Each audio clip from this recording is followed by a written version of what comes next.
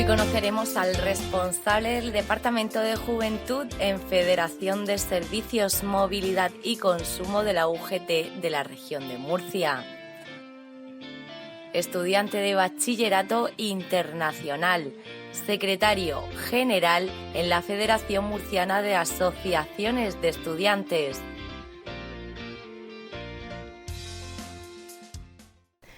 Buenas, ¿qué tal? Hoy estamos con Francisco Acosta Cifuentes, que es embajador de Juventud de la región de Murcia. Buenas, ¿qué tal? Buenas tardes, Eva. Bueno, cuéntanos cuál es la función de embajador. Bueno, la embajada se crea con un objetivo muy claro. Nosotros como embajadores queremos hacer unas consultas a los jóvenes de la región de Murcia, intentamos ir a la mayoría de municipios y en estas consultas hablamos sobre tres temáticas. Hablamos sobre empleabilidad juvenil, juventud rural y profesionales de la juventud. Una vez que nosotros hagamos estas consultas, emitiremos un informe que será llevado a una reunión en el Consejo de Juventud de España y de allí llevaremos a las Youth Conference, unas conferencias de juventud europea en las que todos los países miembros de la Unión Europea llevan su informe sobre estas tres temáticas y tras hacer una síntesis de todo lo que han llevado esos países, se sacará una normativa europea. Un ejemplo que pongo normalmente porque es algo que nos beneficia mucho a los jóvenes que se sacó de uno de estos programas fue garantía juvenil.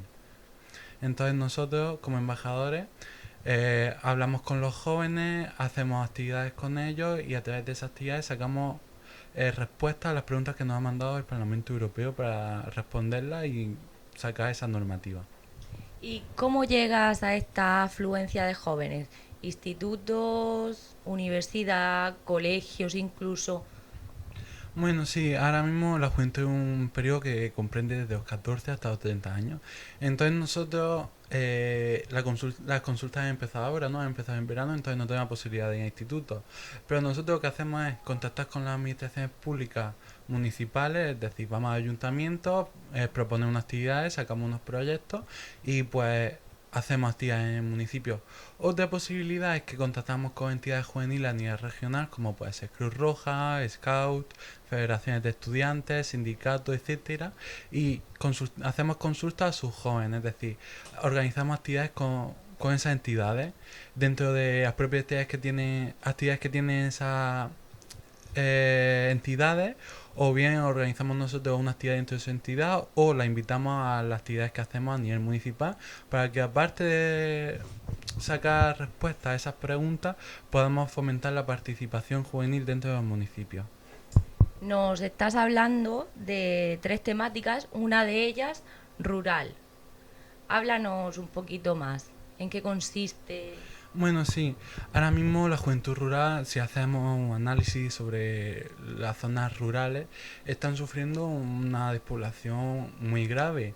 Esta despoblación no surge porque los jóvenes, las personas que viven allí quieran dejar de vivir en sus pueblos, porque al final son sus ciudades natales, sus pueblos natales.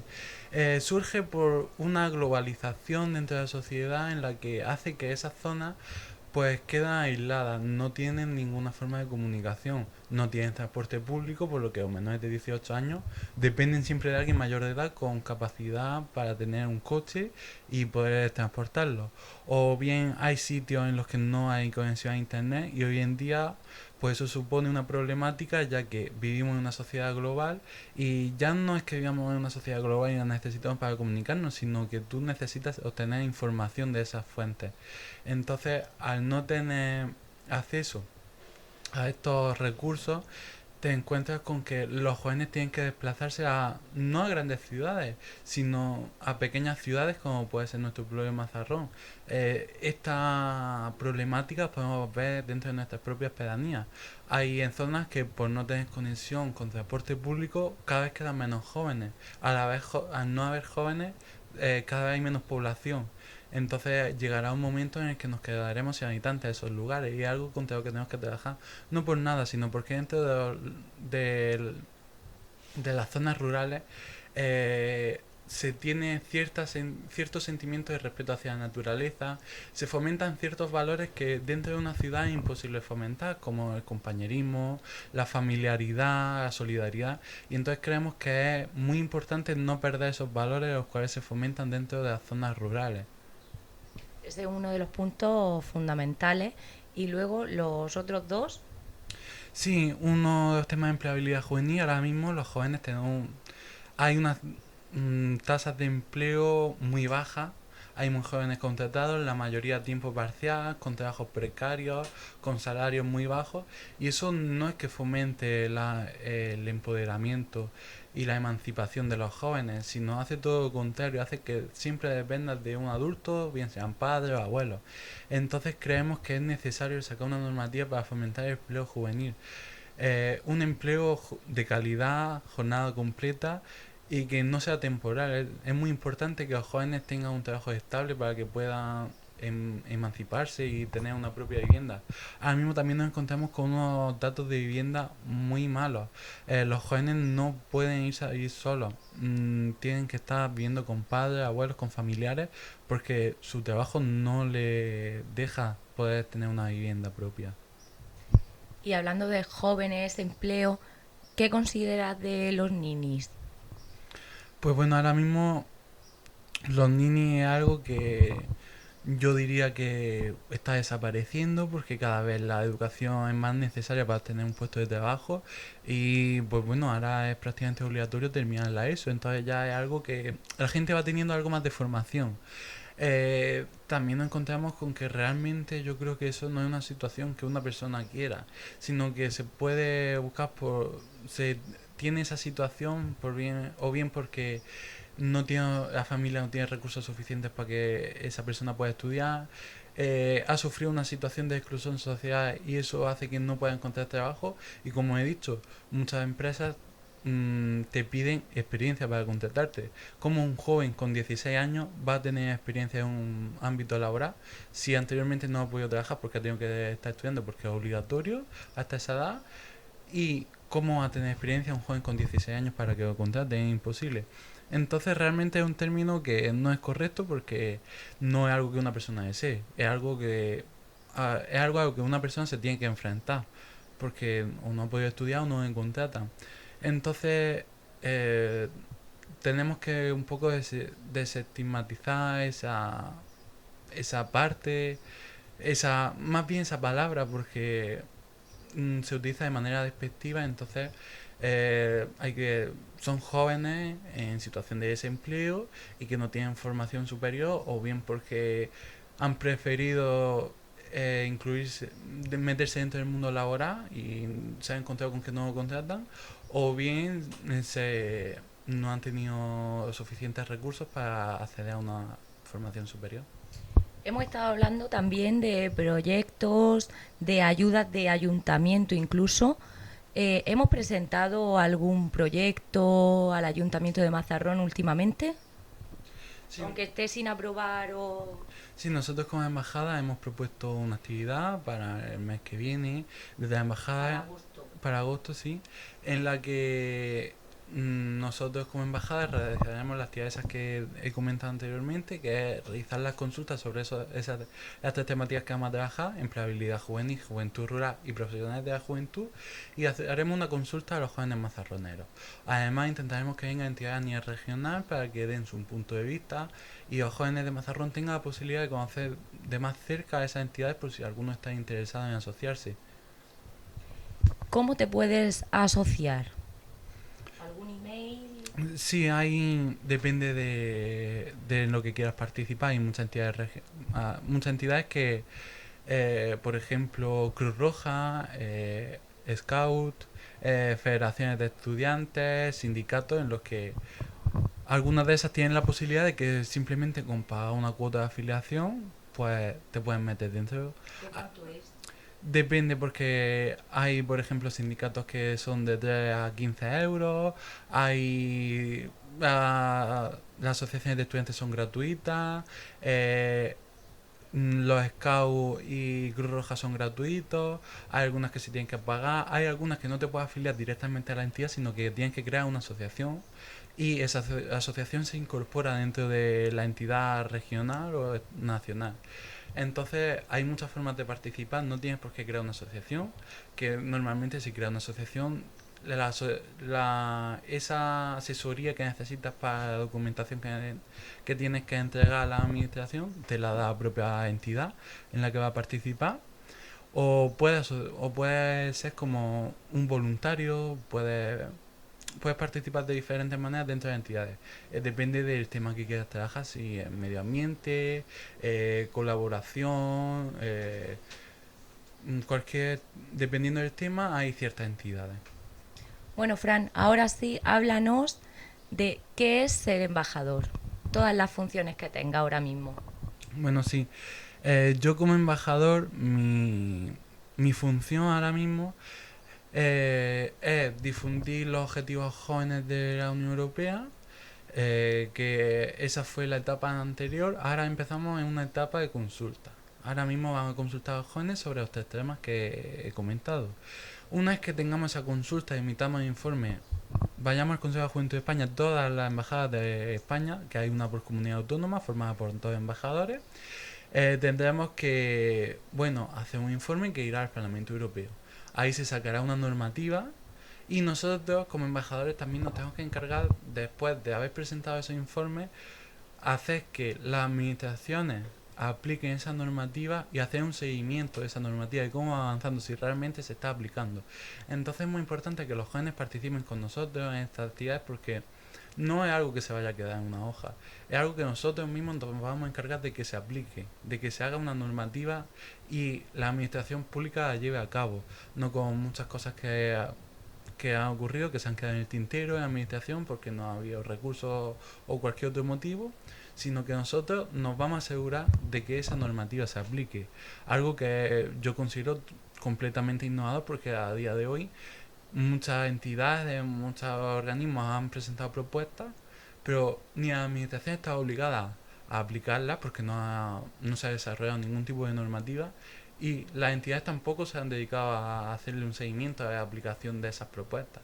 Entonces creo que es algo muy innovador y que puede beneficiar mucho a los jóvenes de la región de Murcia y a los jóvenes de Mazarrón. Anteriormente has tenido otros cargos en el tema de educación.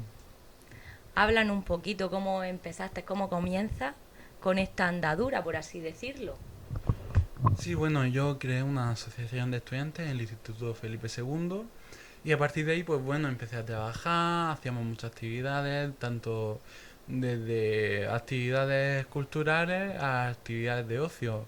Podíamos hacer una gincana, que lo mismo podíamos hacer una carrera, que podíamos dar charlas sobre acoso, realmente podíamos hacer cualquier cosa que quisiéramos, porque no hacía falta hacerla sí o sí dentro del horario lectivo, sino que fuera de horario también se puede hacer. Y a partir de ahí, pues bueno, tú vas adquiriendo ciertos conocimientos, ciertas habilidades, y eso te hace que, bueno, pues te vayas a la federación regional, empiezas a desarrollar allí proyectos y eso, y hace que vayas creciendo y vayas adquiriendo conocimientos que si no estuvieras dentro de esas entidades no tendrías, y además aprendes cómo trabaja la administración, cómo negociar, y hace que consigas cosas que, bueno, al fin y al cabo afecta a todos los jóvenes o de la región de Murcia, de España o de la Unión Europea, y que quizás directamente no se pueda observar, pero tú ves cómo se aplican esos cambios dentro del sistema educativo y ves cómo puede ir mejorando poco a poco el sistema, y bueno, es algo muy gratificante. Bueno, algo que sí que hay que mejorar, ya no solo en Mazarrón, en la región de Murcia, sino en prácticamente toda España, es el tema de bullying. Se dan conferencias como en base a qué debemos comenzar y abrir protocolo en caso de bullying. ¿Cómo funciona? Para las madres que nos están viendo, que han tenido algún problema, que están viendo que tienen algún problema, ¿dónde hay que acudir? Cuando vas al colegio y no te dan respuesta. Dinos los pasos.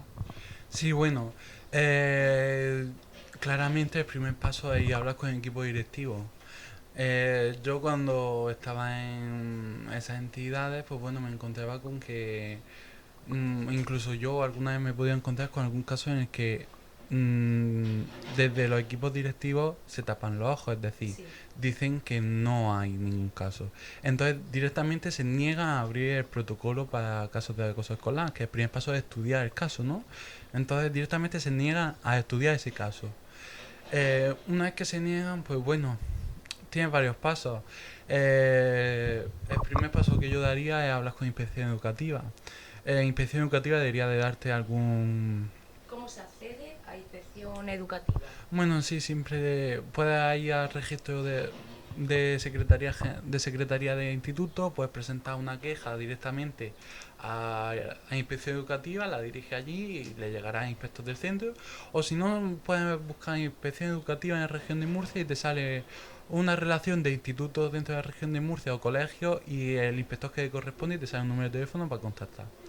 Eh, una vez que llama allí, sí que es verdad que nos encontramos los estudiantes con un problema y es que está lo que se llama autoridad docente, es decir, los alumnos no tenemos autoridad en el sentido de que lo que diga un profesor siempre vaya a razón. Entonces puede ser que nosotros, los alumnos, presenciemos casos de este tipo, pero no podemos denunciar porque el profesor niega que exista. Entonces creo que ahí es donde es más importante que influyan los padres, es decir, hay que ir a inspección educativa.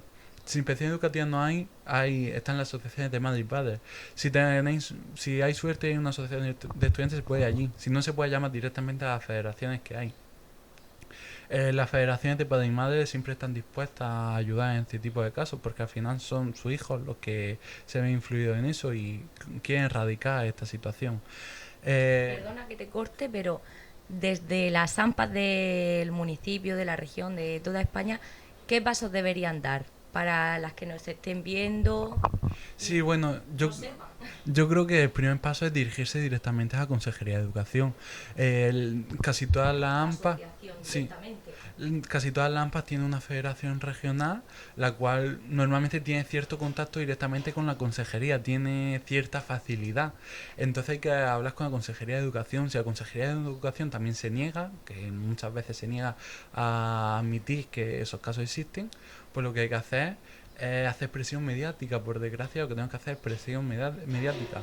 La consejería, los institutos tienen miedo que los casos salgan a la luz, tienen miedo de que salgan en medios de comunicación. ¿Por qué? Porque pierden cierto prestigio que se creen que hay, porque, bueno, ciertamente los institutos creen que tienen prestigio, más o menos prestigio dependiendo de los casos que haya. Y entonces si un caso sale a la luz, se piensan que nadie va a creer ahí. No, lo que hay que hacer, vale, puede salir a la luz, pero si ese instituto soluciona el caso, yo creo que sería el mejor sitio para ir porque nos demuestra que está dispuesto a trabajar en contra del acoso escolar y que en el caso de que haya en el caso de que haya alguna situación como esta con acoso escolar y la soluciona, están visibilizando sus ganas, su interés por solucionar estas situaciones. Se demuestran que quieren que de verdad sea un sitio de convivencia en el que se aprenda a convivir como personas, no solo a adquirir ciertos conocimientos de conocimiento del medio, geografía e historia, sino que se quiera aprender a cómo tratar con otras personas, que es también uno de los objetivos de los colegios. Y negando que hay casos de acoso escolar y no trabajando contra eso, se está haciendo todo lo contrario. Realmente los colegios e institutos no están cumpliendo la función que deberían de tener, negando estos casos. Entonces, es muy triste que una AMPA, una asociación de estudiantes, una federación, tenga que manifestarse porque un alumno se ha suicidado, porque en la región de Murcia ha pasado ya varias veces. Y ha habido conferencias en las que ha ido los padres de esas personas diciendo que han ido a decirse al equipo directivo del centro y el equipo directivo ha negado ese caso de acoso escolar cuando ha acabado en un suicidio y a posteriori lo siguen negando. Entonces creo que es necesario que los centros se lleven un toque de atención, aunque tengan que ser mediáticos, aunque haya que convocar una concentración, una manifestación, una sentada, cualquier acto que, bueno, es un acto muy duro y triste al mismo tiempo porque tener que convocar una manifestación porque un equipo directivo se niega a ver que hay un caso de acoso escolar y no quiere solucionarlo, es muy triste. Pero es lo que hay que hacer para que nosotros los estudiantes estemos cómodos dentro del instituto y para que los padres vean que sus hijos se lo pasan bien en el colegio y están en un entorno bueno y saludable. Y ya no es algo que afecte solo a los alumnos a los padres y madres, sino que también afecta a los profesores. No es lo mismo un profesor que tiene alumnos que están acosando a otros alumnos, que al final ninguno está a gusto dentro de esa clase, porque también perjudica el ambiente de la clase y el ambiente del profesor. Lo que pasa es que no le afecta directamente y quizás no sepa verlo, pero eso también está ahí. Entonces, lo que queremos es una educación de calidad. ¿Y cómo se consigue esa educación de calidad? Acabando con el acoso escolar. Es una de las muchas cosas que hay que solucionar dentro del sistema educativo y quizás de las más importantes que hay que solucionar. Mientras que se acaba y no se acaba, lo que sí deberían es dar charlas, conferencias, pero ya no solo en institutos, sino desde el colegio, partiendo desde la base, que son los más pequeños, y no se dan. ¿Por qué? Yo creo que no es más bien una charla, sino que dentro del sistema educativo hay que incluir alguna asignatura que sea convivencia, en la que se aprenda a relacionarse uno con otros, que se aprendan muchas cosas que, bueno, hoy en día no están dentro del sistema educativo, que es educación emocional, educación ambiental. Creo que es algo que es necesario incluirlo como asignatura obligatoria dentro del currículum educativo. Pero bueno, mientras que esto pasa o no, no sabemos si puede llegar a pasar. Sí que es verdad que existen las charlas, ¿no? Pero sinceramente una charla de una persona adulta, de la policía local, de la Guardia Civil, incluso de Cruz Roja, al final son personas adultas que son una autoridad y quizás si te dan una charla como una autoridad, pues no prestan mucha atención. No llega No, tanto como si la da un joven, quieres decir. si un joven, si a ti te da una charla un joven, pues te puede impactar más, puede que le hagan más caso porque al final es más parecido a ti que un adulto, porque al final puedes pensar que un adulto que sabe sobre la situación que hay ahora mismo en ese instituto, en ese momento. Si realmente la época suya, su época, la que estamos, nuestra época, esa persona adulta la ha pasado hace mucho tiempo, las cosas desde entonces han cambiado mucho, entonces Más realmente reciente, digamos. sí, nosotros los jóvenes si damos charlas a estudiantes, si los estudiantes le dan charlas a estudiantes, es más fácil que ese mensaje llegue, es más fácil que se aplique esa moral. Y ya para finalizar, vamos a hablar de las becas. Sí, bueno, ahora mismo nos encontramos con que el Real Decreto de Becas para educación secundaria, bachillerato y universidad se aprobó hace 2 viernes en un consejo de ministros. Este año las becas han seguido igual, es decir, la situación de los jóvenes cada vez peor, la situación de educación cada vez peor. Nos encontramos con que se encarecen las tasas, hay tasas muy altas. Hace unos días el Consejo de Estudiantes de la Universidad de Murcia denunciaba el alto coste para recibir el título universitario. Hay que pagar más de 200 euros para obtener el título, después de haber pagado unos 1000 euros al año para la matrícula. Además, las becas que se reciben a nivel bachillerato y universidad, tu matrícula la pagas en septiembre, pero la beca llega en febrero o marzo. Entonces hay que hacer ese gasto que para muchas familias es imposible hacerlo y la beca te llega tarde. Cuando tienen que llegar en septiembre, el día 1 de septiembre la beca tiene que estar ya ingresada para poder hacer pago de todas esas tasas. Ya no es solo eso, las becas son insuficientes en colegio, en la educación secundaria.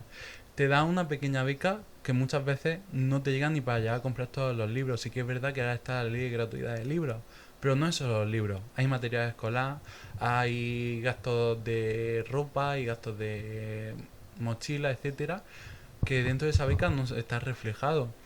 Es un gasto muy grande el que tienen que soportar las familias todos los años, porque todos los años hay que hacer esa inversión. Y cada año las becas siguen estando estancadas. La situación social, es decir, cada vez hay más gente que no tiene suficiente dinero para hacer esa inversión. Y nos encontramos con que eso es un problema que luego causa exclusión social, incluso puede ser un causante de acoso escolar. Entonces, si desde la administración no se trabaja para que esto se solucione, nosotros como sociedad no podemos hacer nada. Pero entonces lo que tenemos que hacer como sociedad es presionar para que esto salga adelante, para que esto mejore. Sí que es verdad que suena muy fuerte que hay que presionar, pero por desgracia, ahora mismo la administración no funciona de otra manera. Si no presiona, no obtiene resultados. Esperemos que cambie esta situación, que la administración realmente se ponga a ver la problemática que hay dentro del sistema educativo, la problemática que tiene la sociedad, y que a partir de eso saque normativas, saque becas. Sí que es verdad que hay que ajustarse a un presupuesto, pero yo creo que esta situación podrá mejorar. Porque lo que tampoco es justo es que a una persona, por tener una propiedad, no le den beca cuando a lo mejor no trabaja y no tiene ningún tipo de ayuda. Y no puede hacer el gasto de todos los años pagar el material escolar. Y una persona que quizás no tenga una propiedad y que tiene salario alto sí que recibe esa beca. Entonces es algo que hay que cambiar y que Compatible, digamos. hay que ver cómo se cambia esta situación tan precaria para las familias que no tienen ingresos, y ver cómo se puede mejorar la situación y ayudarles. Francisco, pues muchísimas gracias por recibirnos. Muchas gracias a vosotros por la entrevista y ya sabéis que estoy disponible en cualquier momento para vosotros. En unos meses te llamaremos. Muchísimas gracias.